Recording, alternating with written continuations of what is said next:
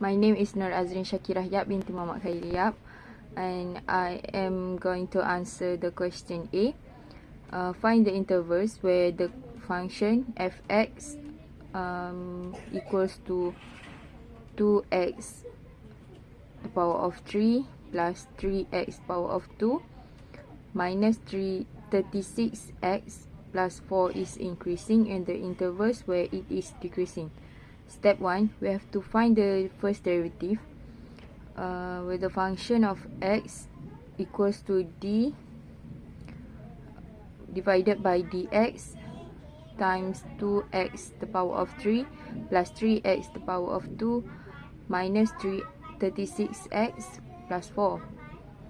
So the function is 6x the power of 2 plus 6x minus 36. Step 2, find the critical points. To find the critical points, we set function of x equals to 0.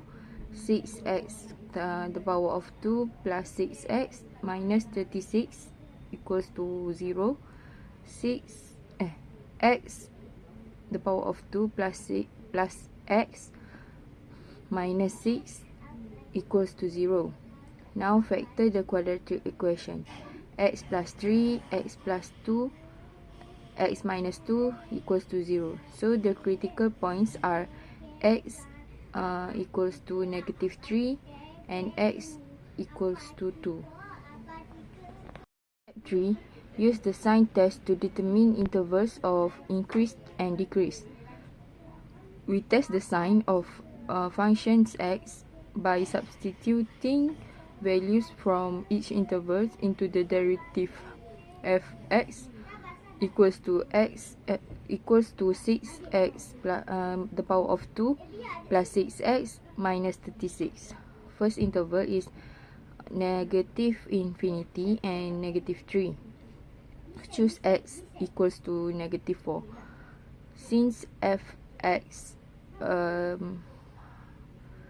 more than 0, the function is increasing on negative infinity, negative 3.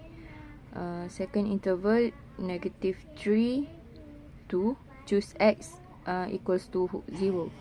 Since fx less than 0, the function is decreasing on negative 3, 2. The third interval, 2 and infinity. Choose x equals to 3. Since fx more than 0, the function is increasing on 2 and infinity. Step 4 is the conclusion. The function is increasing on the intervals negative infinity, negative 3 and 2 infinity, and the function is decreasing on the interval negative 3, 2. For question B, the demand equation for a monopolist product is P equal to 200 minus 0.98Q, where P is the price per unit in RM of producing Q unit. If the total cost of producing Q unit is given by CQ equals 0.02 Q square plus 2Q plus 8,000. Question B1. Find the marginal profit function. Before we find marginal profit function, we must know the formula of revenue function and profit function. Revenue function is the P times Q, which is 200 minus 0.98Q times Q. We can get 200Q minus 0.98Q squared. And profit function is equal to revenue minus cost, which is 200Q minus 0.98Q squared minus 0.02Q squared minus 2Q minus 8,000, and we can get the answer profit function equal to 198Q minus Q squared minus 8,000. The marginal profit function, we must derivative the profit function and we could get the marginal profit function. And marginal profit function is equal to 198 minus 2Q. For question B2, find the interval where the marginal profit is falling and rising. So we could get the answer from BI, which is MPQ equal to 198 minus 2Q.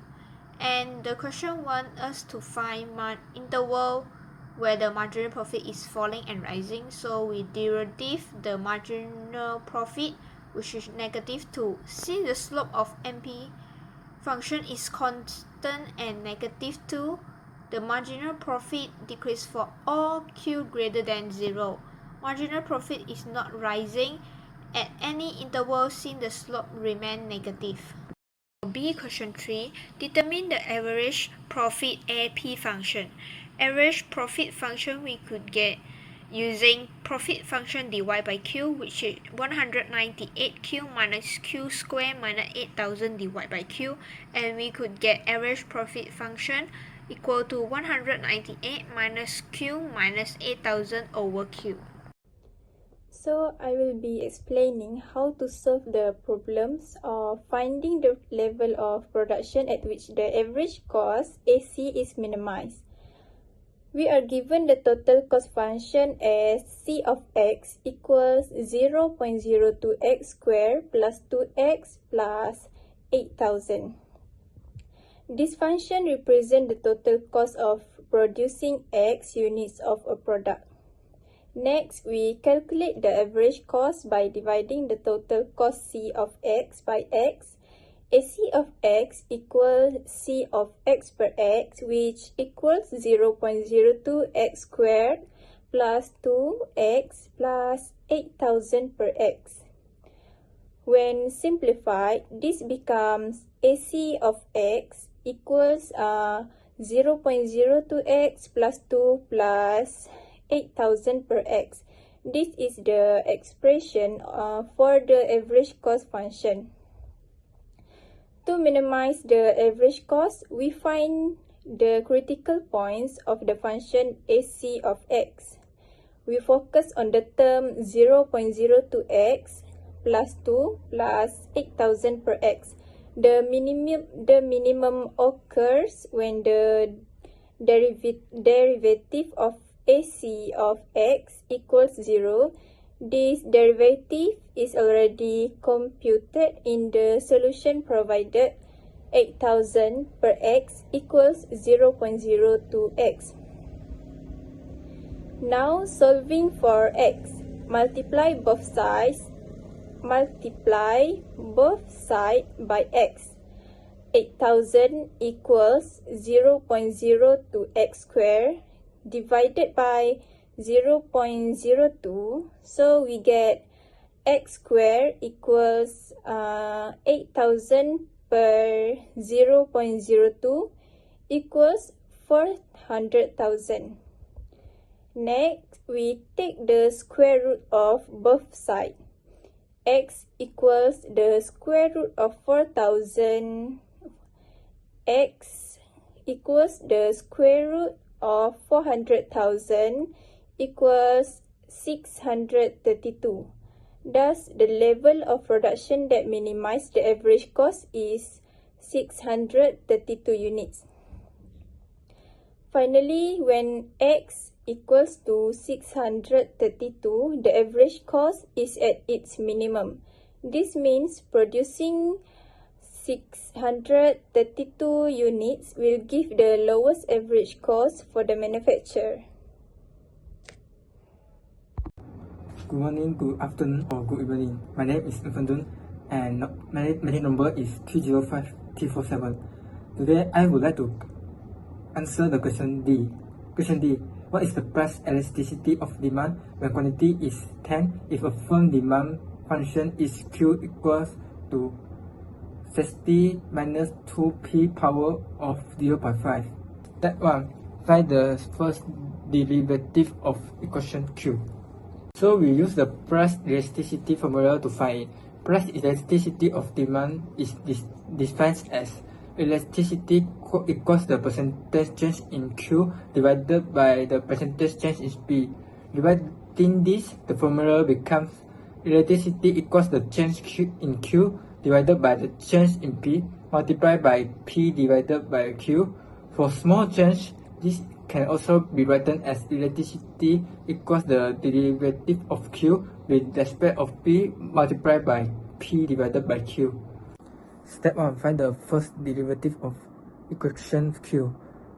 The demand function is equals 60 minus 2 times raised to the power of 0.5, the derivative of which respect to each calculated as negative 2 times 1/2 times raised to the power of negative 0.5.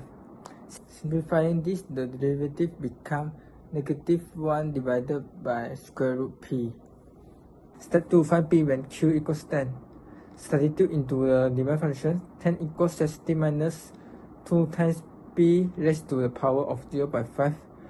Rearranging term gives 2 times p raised to the power of 0.5 equals 50. Then dividing both sides by 2. 2 raised p to the power of 0.5 equals to 25. Squaring both sides, p equals 625. 3. Find the value of elasticity of demand. Using the elasticity formula, elasticity equals the derivative of q with respect to p multiplied by p divided by q.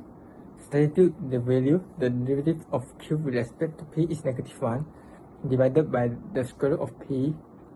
P equals 625, q equals 10. Now calculate step by step. First, the square root of p, which is 625, is 25. The derivative of q with respect to p is negative 1 divided by 26. P divided by q is 625 divided by 10, which equals 62.5. Finally, multiply this together. Negative 1 divided by 25 times 62.5 equals negative 2.5. Conclusion: the price elasticity of demand is negative 2.5 when the quantity demand is 10.